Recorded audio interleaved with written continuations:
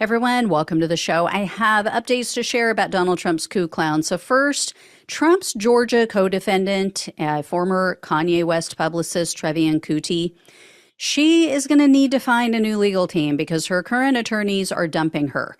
Kuti, you guys will recall, she's the woman who was caught on police body cam video. She was pressuring election worker Ruby Freeman to say that she rigged the election in Georgia, which she did not.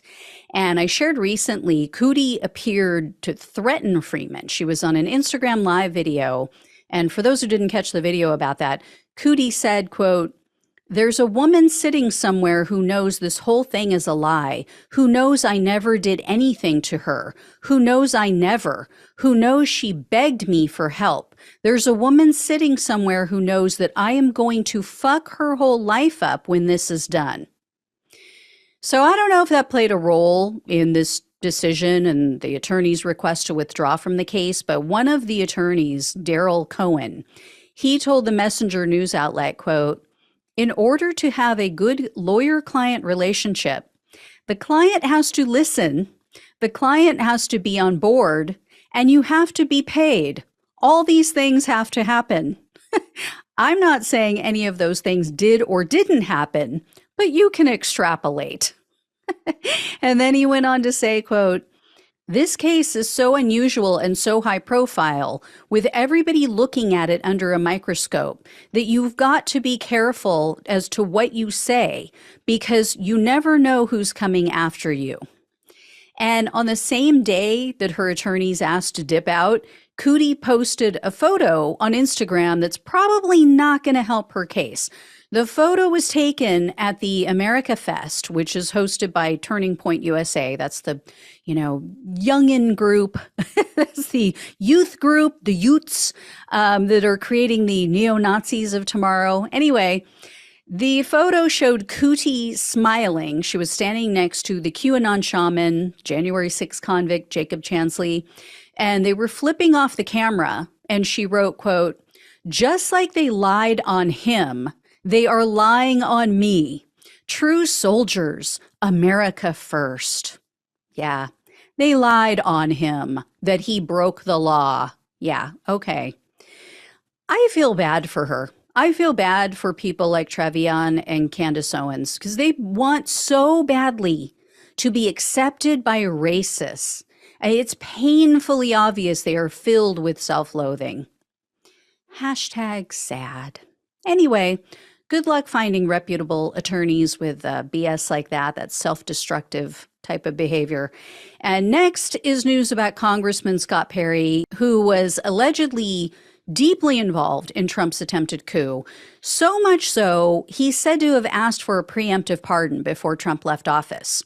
So as you all know, his phone was seized. This was quite a while ago, and he's been fighting to try to prevent them from viewing the contents. The matter made its way through the court system, and an appeals court ordered the chief U.S. District Judge, James Boasberg, to review over 2,000 communications on Perry's device. They said, check it out, determine which ones are protected under the speech and debate clause. Anything else can go to the special counsel. Unfortunately, that speech and debate clause, it protects lawmakers from prosecution if their actions related to their official congressional duties. So Judge Boasberg has completed his review, and he just gave the special prosecutor access to over 1,600 communications found on Perry's device. Considering what we already know about what was on Perry's device, I mean, the few messages that have leaked out, yeah, this could get very interesting. It'll be very interesting to see what else comes out. Next up is news about Trump's former chief of staff, Mark Meadows. Meadows is another one of Trump's co-defendants in the Georgia RICO case. He's been trying desperately to get his case dismissed, or at the very least, he's trying to get it moved out of Fulton County, which is more liberal, into a federal court where he has a better chance.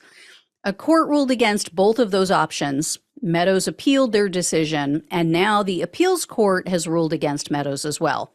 A 3-judge panel stated, quote, "Meadows' theory of the case is not plausible," and they called Meadows out for trying to overturn a legitimate election. The judges wrote, quote, Whatever the precise contours of Meadows' official authority, that authority did not extend to an alleged conspiracy to overturn valid election results.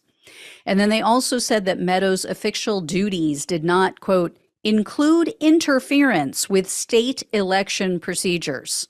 And, quote, whatever the chief of staff's role with respect to the state election administration, that role does not include altering valid election results in favor of a particular candidate. So there is no causal connection between Meadows' official authority and his alleged participation in the conspiracy.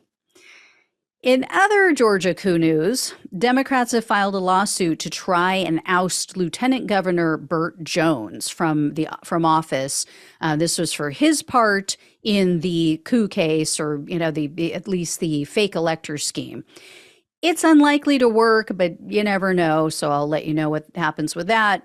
In related Georgia news, former election workers Ruby Freeman and Shay Moss have filed a new lawsuit against Rudy Giuliani. So this time, they're not asking for money. They're asking the judge to impose a sort of gag order to prohibit Giuliani from continuing to defame them and continuing to lie about what they did in the 2020 election. As I shared last week, Giuliani made additional defamatory statements about Moss and Freeman as the trial was going on, as the defamation trial was underway, and also as soon as the trial ended. He even went on Newsmax on Monday of this week after Moss and Freeman filed this new lawsuit, and he was complaining about his right to free speech.